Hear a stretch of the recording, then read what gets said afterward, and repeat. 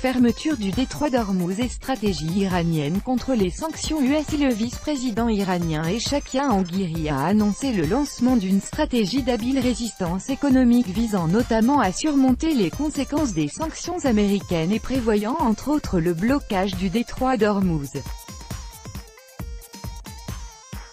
Sputnik s'est entretenu avec deux analystes iraniens. La fermeture du détroit d'Ormuz pour les pétroliers américains sera l'un des points de cette stratégie d'habile résistance économique, a déclaré à Sputnik Seyed Hossein Nagavi Hosseini, porte-parole de la Commission spéciale iranienne pour le plan d'action global conjoint, JCPOA. L'Iran a accès au golfe Persique, au détroit d'Ormuz et à la mer d'Oman.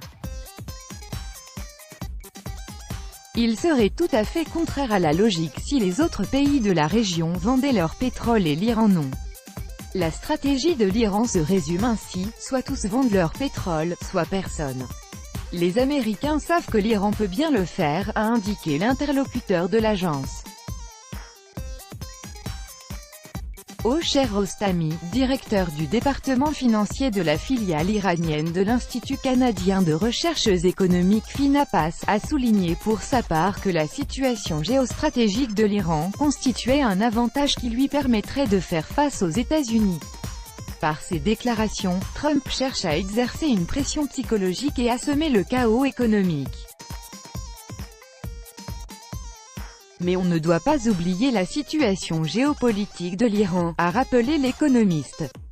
Et de reconnaître qu'il ne serait sans doute pas simple pour l'Iran de verrouiller techniquement le détroit d'Ormuz.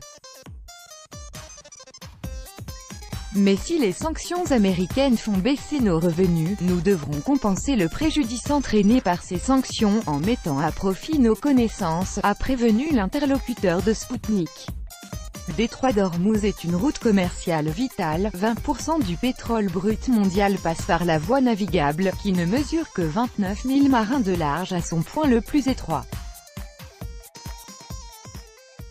Les relations entre l'Iran et les États-Unis, particulièrement mauvaises depuis la révolution iranienne de 1979, se sont aggravées lorsque Donald Trump avait annoncé en mai, que les États-Unis se retiraient de l'accord sur le nucléaire iranien de 2015.